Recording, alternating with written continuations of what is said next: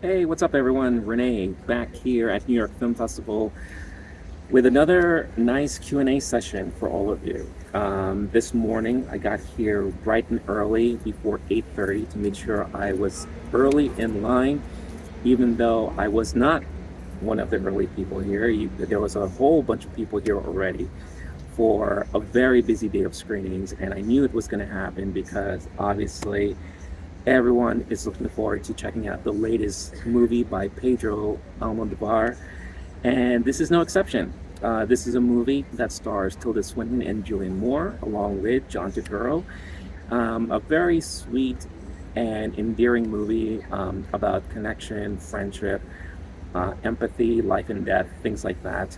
I thoroughly enjoyed it. I thought it was very well performed, very well directed.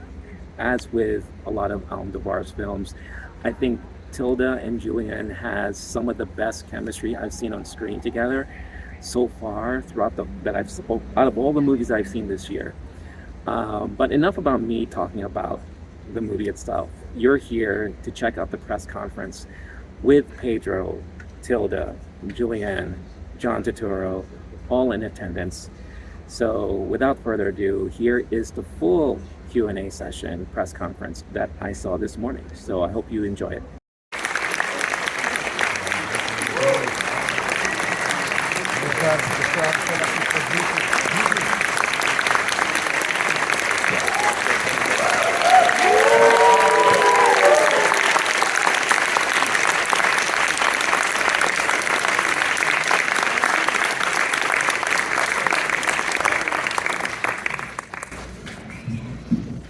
Thank you so much.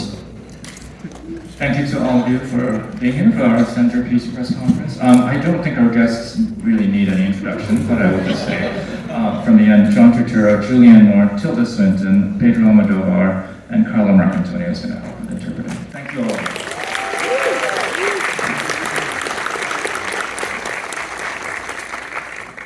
Pedro, I'll start by just asking you to tell us how this came about.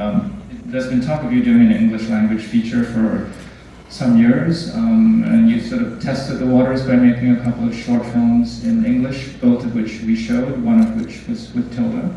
And I'm wondering what made you decide on, why was this the project, this Sigrid Nunez book, that inspired you to make your first English language feature?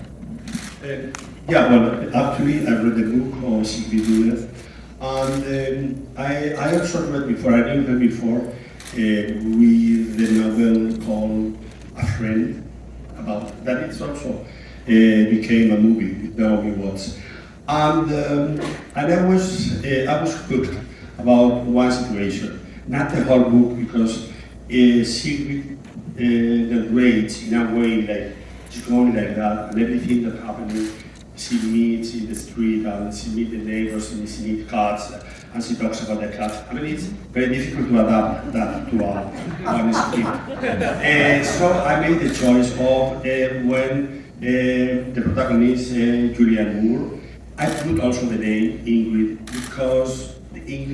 because Sigrid didn't give a name to them, and also she didn't give a name to the places. I decided to happen in New York.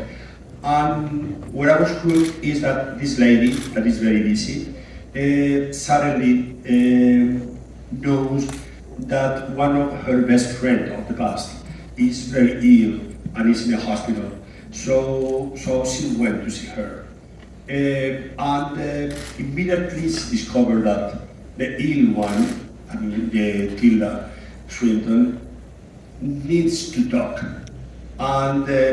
And Julianne, the Ingrid, realized that she's the one to be there listening to her. Even she's very busy. That was the beginning. And well, the second sequence, or second chapter that I was very interested. It was when Martha Tilda decides to make a proposition here, very close to us, in the Alice to live. And that was the 2 points that I wanted to develop. And once I was writing the adaptation, I didn't know if that was enough. to make a long feature. But I mean, I never read again the book, because then it was just the script what decide what I was going to say after. So that was the origin. Since you brought up that scene, I was going to ask you why you decided to set it in the lobby of Alice County. Our many reasons. One is a tribute to you, because you were very generous to me.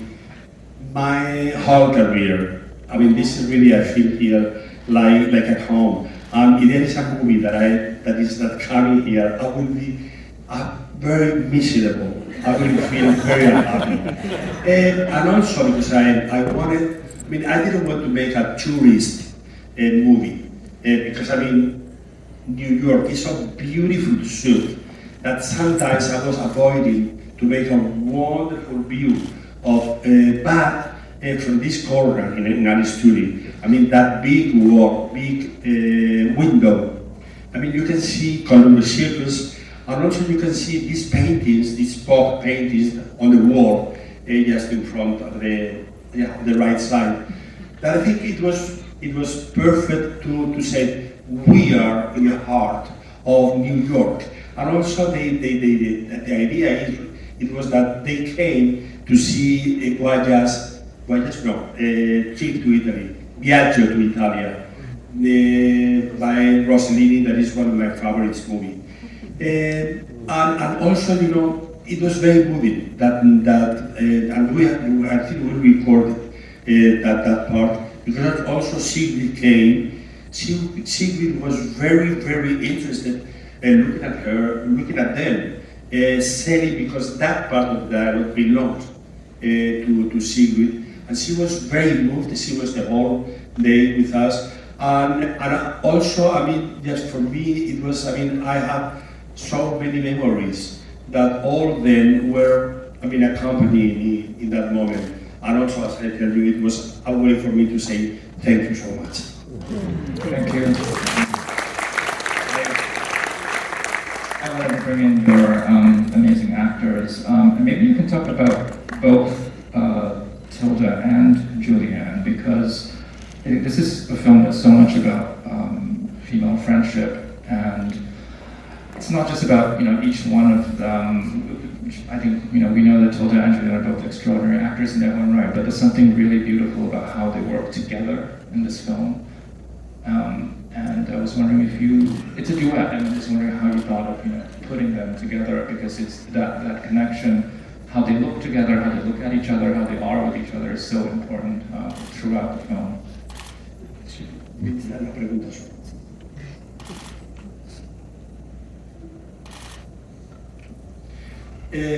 Well, because I love them as actresses. I also worked before with Tilda, and we became very close friends. And also, there was an immediate chemistry between Tilda and I. Fortunately, I mean, the first time that they see each other, they were like an epiphany for them. I mean, since that moment, they start talking, and they keep on talking during 5 months.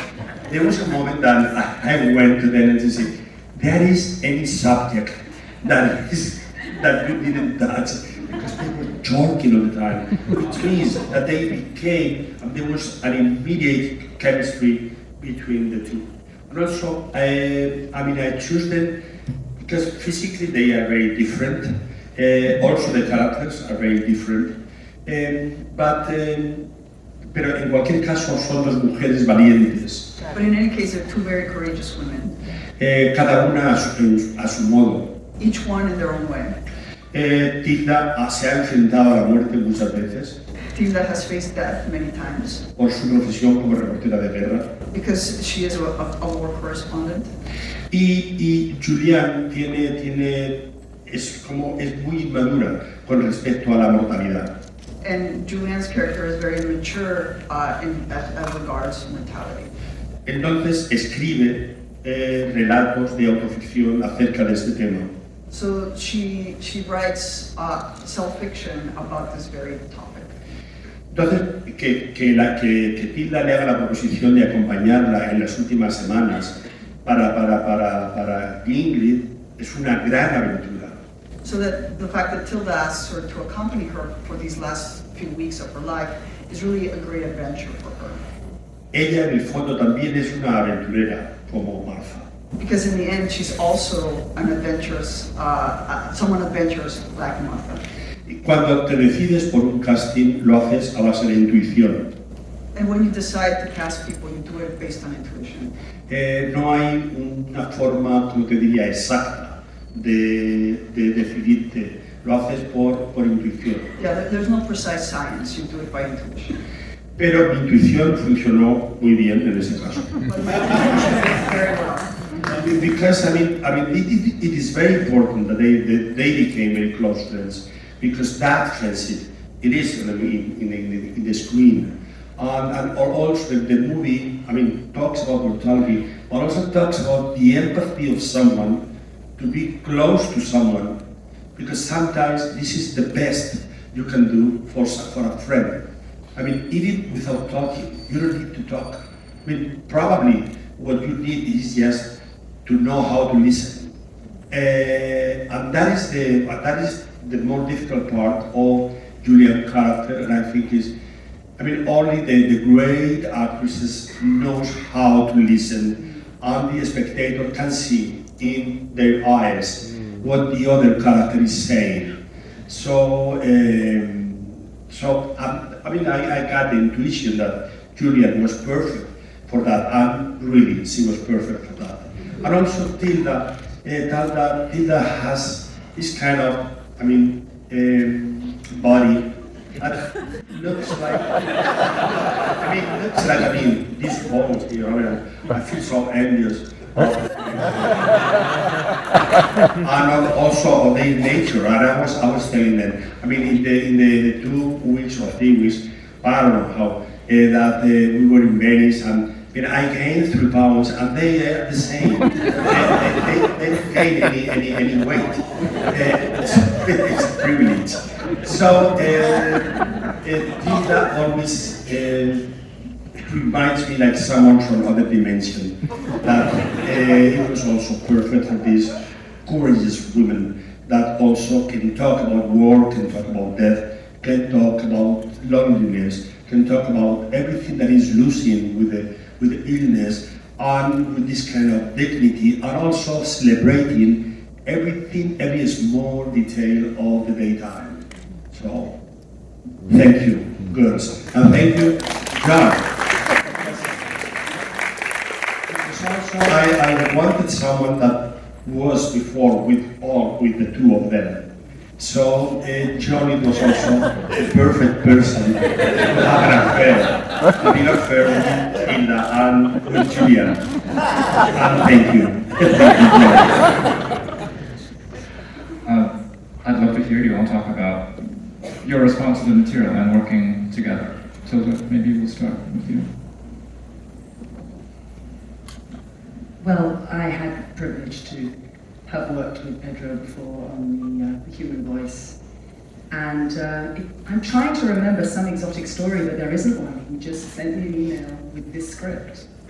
And then, importantly, we had a conversation about, well, it wasn't even a conversation, it was a question. Who could be Ingrid? And I remember this moment of trepidation, because I had a name in my head immediately. I had a face in my eyes, and I thought, I'm going to have to do it. I'm going to have to be honest with Pedro, and what if he says another name, or if he gives another list? And so I pressed send, and he had sent the identical name back to me, so our emails crossed. That was a very important thing. Because the film is so much about this complicity, and in many ways, I think of Ingrid and Martha as being one performance, in a way, one person. There's such a transference between them. So this complicity was so crucial to the project. If we hadn't found it, I don't quite know how we could have made the film. But my response was immediate and so grateful, because not only was I wanting to work with Pedro again, not only because I worship his cinema, but because seeing him every day is such a pleasure, and that's what life's about for me. But the film is about something. It's sort of the next level of his work, I believe. It's about, as usual, not looking away, and it's about fellowship. And it was important that those of us who made it were swimming in that water. And so finding these colleagues was everything. Julianne? Yes, for me too. It's just yes. It's just an email. It was an email out of the blue from Pedro saying that he was making this movie with Tilda and he would like me to join them, and I was absolutely astonished, really flabbergasted, and never. I thought, it's like I opened it up, shut it, opened it up again, still there. I had been such an admirer of his for such a long time, and of Tilda's as well. So it was an incredible gift, and I think it's so interesting. I think about what the nature of the human condition is sometimes solipsistic. You don't know if you exist. You're always like, could I be imagining all of this? Am I completely alone? And I think the only way that you know that you're not alone is when someone else is witnessing you. And so that's what's so profound about this film, and about what Tilda said about the fellowship too, is that all these people gathered together to make something, to prove that we're not alone, to prove that we lived. And I think that experience, so often I think that's one of what Pedro's movies are about. How do you witness the human condition in all of its kind of humor and fallibility and depth. And that's what this was, It was that wonderful experience of witnessing someone else's humanity.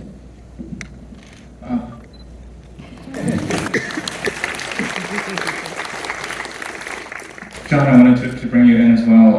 We were just talking outside, and you told me that you've known Pedro for decades, which I didn't know. And I'd love to hear how the two of you became friends, and I'd also love to hear you talk a bit about that I think really critical scene at the end, that speech, that rant, that with the conversation you're having with Julianne's character, which I think sums up so much of what the film is wrestling with about how we live in the face of death. Yeah, well, I know Pedro since 1992. I think we met in Cannes, and we've been friendly since then. And many times he tries out. He tells me what he's writing when I've met him, and he acts out sometimes the movies that he's going to make, and which I've enjoyed tremendously. I'm a huge fan of his, and I'm a big fan of both of Tilda and Julianne. Julianne I've worked with before, and I thought it would be, it's kind of great to be able to support two great actresses in a film. So when Pedro asked me, I basically would have done anything he wanted me to do, just to get to work together. And I do think the film passes the smell test when it comes to how you navigate this part of life, which we all have to do. And I actually received the script right after going through something that was, a big loss in my life. And so it was really fortuitous. And I thought it was so sensitively done that I wanted, to be a part of it. And as far as that speech goes, it was much longer, but Pedro had to cut it down because he said the film was running long. But I understood, and I think we all live with the guilt of traveling and what do we do? Are we complicit in the warming of the planet and where the planet is going? And so it was very unusual to get to actually say something like that, even though it wasn't the most sensitive thing to say to Julianne at the time. So anyway, it was a privilege, to be a part of the film for me. But it was very important what he said. I mean, that small monologue in the restaurant, it was, it hides a big now. It's a big message for this country.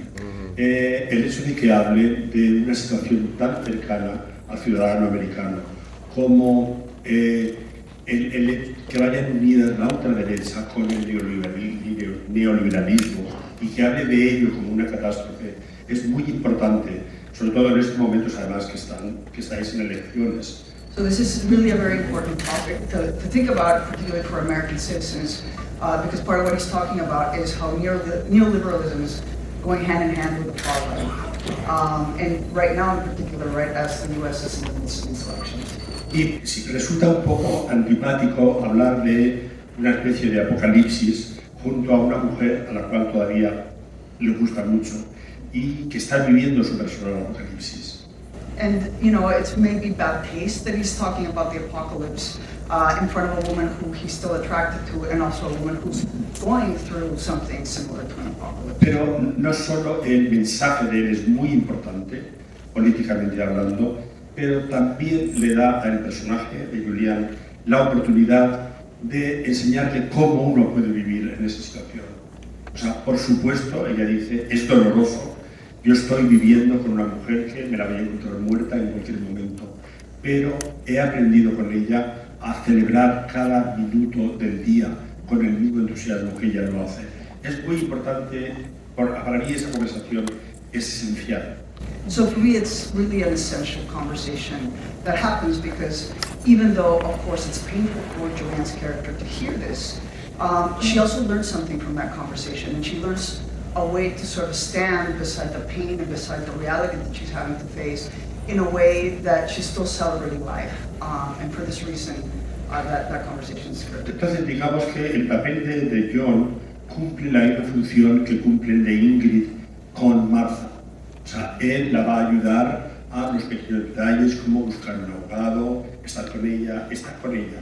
Es que la película habla realmente de la empatía, que es algo de lo que estamos muy necesitados en este momento de nuestra vida en todo el mundo.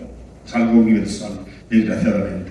Yeah, and so really what the film is talking about is empathy, which is something that we're really needing at this point in time. And really what John is giving Ingrid is the same thing that Ingrid is giving Martha, which is just a way to be with each other, empathize with each other, and give each other, you know, the human warmth that we all should deserve. La película es un drama, como habéis visto, pero por el momento en el que vivimos se convierte en una película muy política, porque habla justamente de todo lo opuesto a los mensajes de odio que vemos en las redes continuamente y a las mentiras llenas de odio, que es una situación que desgraciadamente con la ultraderecha ha aumentado en todo el mundo. Esta película es el testimonio opuesto. Necesitamos lo opuesto para seguir viviendo. Necesitamos de la empatía que tienen Ingrid y John en la película. Yes, so, that maybe was my thread. Yeah. I got it. Yeah. So, you know, even though this is really a human story, right, the problem that film is really trying to do with is a human story, it becomes a political story in the sense that right now, given the messages of hate that we see online, that we see everywhere, that we see in the middle of our political discourses, it is at this moment that it becomes also a political statement that stands against all of that message of hate. Y empatía. And empathy.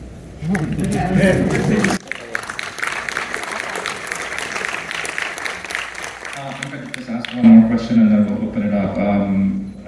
One thing that really struck me about the film is the degree to which books and movies are just woven into the lives of these women, and in a way that isn't just referential, or they're not just citations, but the film overflows with them, and I think in a way that really suggests that art isn't an escape from the world, but a way through the world, and I found that really moving, and I was wondering if you could talk about some of the things that the film references, like James Joyce, Edward Hopper.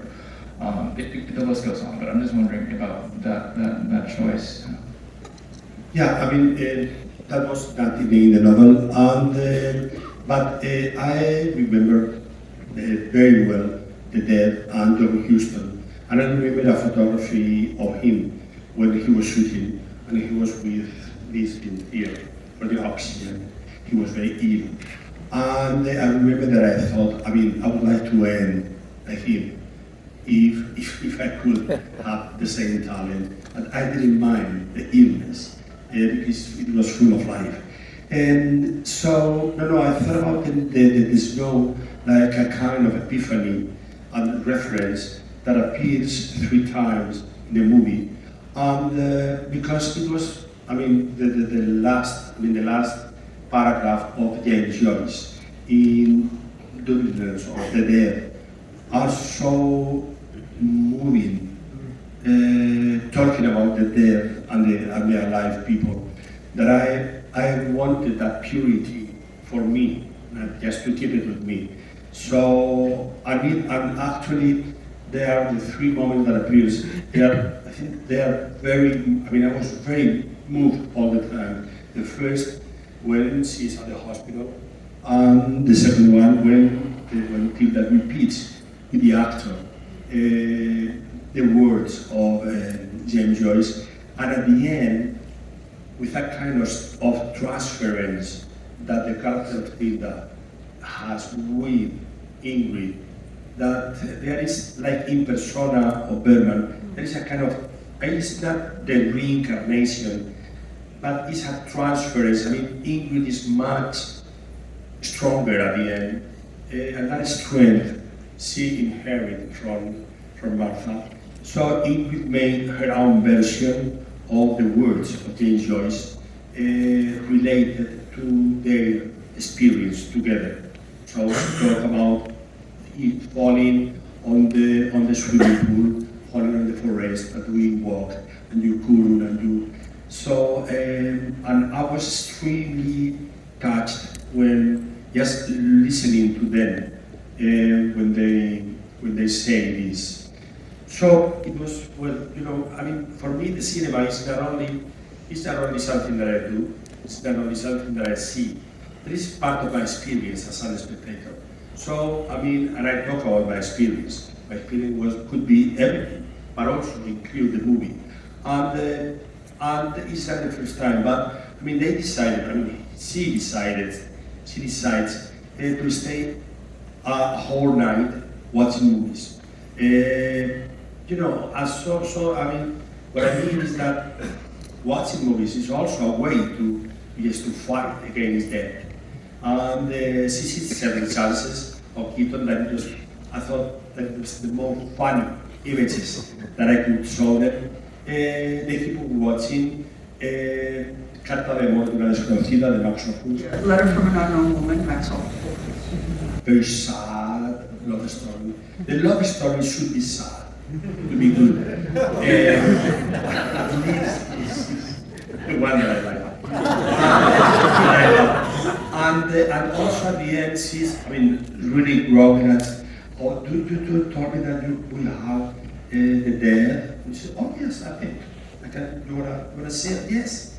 You see the lady want to keep on. Yes, it's just. And then I didn't tell them, but after shooting that, she said the last lines with the actors. So I made mine the John Huston piece, and then Julianne just looked at the window, and that was really very important to say.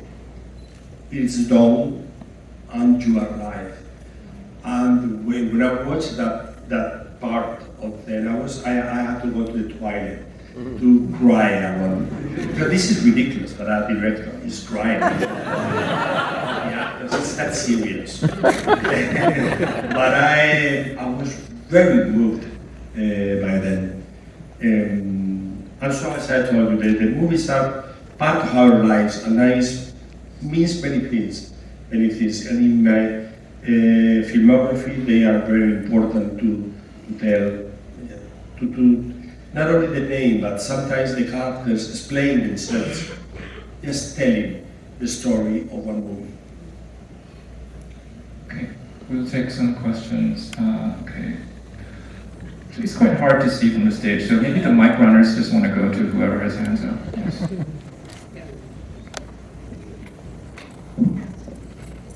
I put this question to Julianne Moore.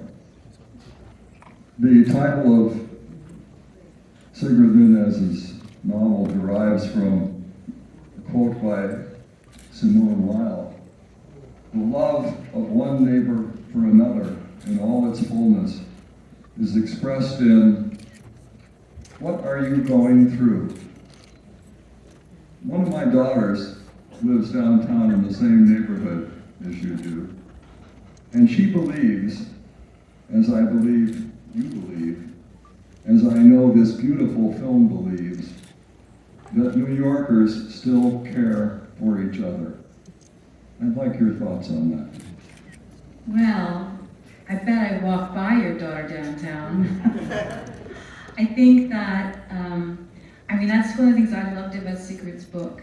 So much of it was having a conversation with someone, having them open up to you, telling them that, them telling you that their mother was sick, or that they had to change apartments, or that there was something going on with their dog, or, so it literally is like, what are you, tell me what you're going through. And in another case of Pedro's film, for us, what they're going through is really profound. It's sort of a last stage of life for someone, and it's someone else, being with them and witnessing that. And I think in New York City, that's a constant. If you choose to live here, you're choosing to be among so many people and a population that's so diverse and so interesting, and you're not just with them, you're physically close to them everywhere you go. At Lincoln Center, together like this, or on the subway, or walking down the street. You have lots of relationships that might seem casual, but they're a daily exchange, and so you do witness each other, you do help each other, you are constant for one another. It's funny because when I met Sigrid, I was so, having read that book, I was so convinced I knew where her apartment was, because she talked about living downtown in this one. I said, I know that building. I said, I know what that building is. And she went, oh, no, it's not that building. I don't live there. But because she was so precise in her language and in her characters and sense of place, I really thought that was me. It felt like that was me sitting there next to the person who was talking about losing their mother. And I think back to what you're saying about movies and books too, is that's once again, that representation for us. There's another human being there. It's a way to see your life reflected. I think New York is like that. And like I said, I bet I passed your daughter in the street.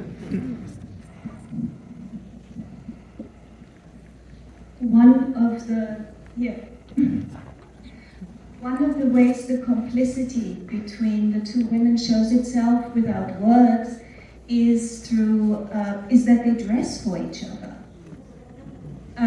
And I never noticed it that much in the film before, so I would like you to talk a bit about the costume design and if you were dressing for each other. Everybody in Pedro's films dress not only for each other, but for Pedro.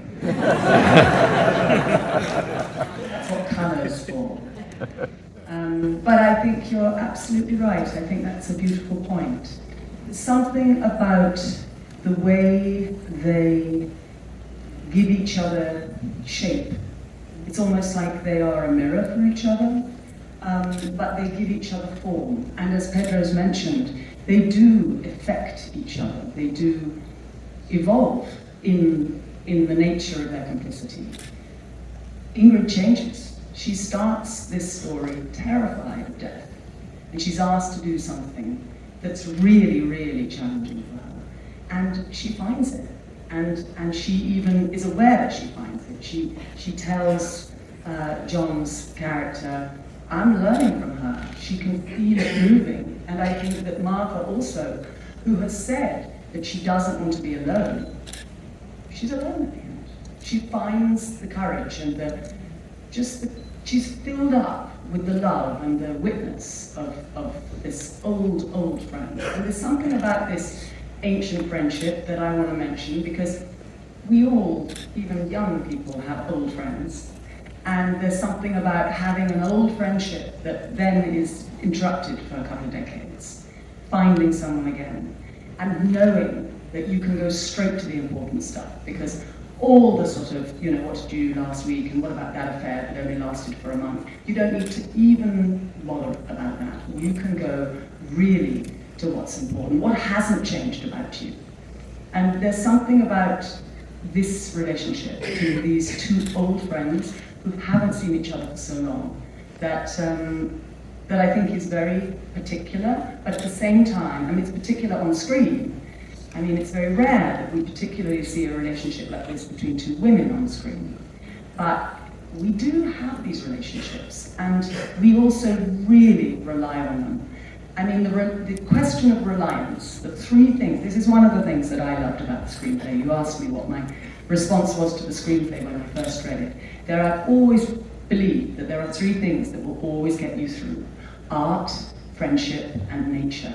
And that's actually the text of this film. What Martha looks for when she's really up against it are those three things. The democracy of nature, that's what's so beautiful about that extract from Joyce, from Houston. You know, the snow is falling on all of us, and it will go on falling on all of us. Whatever we do, I think that feeling of, yeah, being there for each other. And yes, I'm going to wear that bright green jersey because I think you'll dig it. I think we only have time for one more question. I've got here. But my question shouldn't be the last question. Somebody else should ask a question. My question might sound a little critical, so before I ask it, I just want to say how grateful I am for your work and how much I appreciate it. This movie included, and particularly the most recent one. This is kind of a small point, but it still bothered me. Ingrid would have to be incredibly wealthy to have that hospital room, to have that home, and to rent that place. And that's okay. You could make movies about really wealthy people, but it's never acknowledged. It's like as if anyone who was facing this situation could afford to die so beautifully. And I'm wondering if that was a conscious decision on your part to allow her this sort of beautiful death that in New York would cost millions of dollars. I think that's a really interesting question, by the way. You know, there is in movies, there is a different relation between the cost of everything and the profession of the characters. I mean, I don't want to compare myself with Alfred Hitchcock, but when you see Grace Kelly in the Rear Window, I mean, you don't ask her I mean, she has enough money to have these guilty outfits that they are so expensive, with more than a month's salary of someone. So the relation with that, I mean, and with the film tour, it's not exactly realistic. And it shouldn't be, it's a movie. A movie, it doesn't mean that it's a lie, it's not a lie. They were working all the time, they were successful in their work. So, I mean, at least, you know, the place, it was in Spain. I think we pretend to be in New England, but we find the right place in Spain. And, well, yes, to rent that, I don't know, but I mean, characters of their profession, they can rent that just for a month. It's not to live there, perhaps you need more money. But it's, I mean, as a spectator, I never ask about if the character has money enough. At least, if you are doing a very realistic movie, a naturalistic movie, that everything has to be like in reality, then, because if not, you know what I mean in general in all my movies, it doesn't mean that they are not real. They are real. When all the feelings are real, all the emotions are completely real. But what I made when I decided to make a movie is a representation of reality, and in all sense, representation of the soul of the story. And you know, in that level, then I don't think if that is too, I don't know, really I never thought about if that was a very expensive place or not.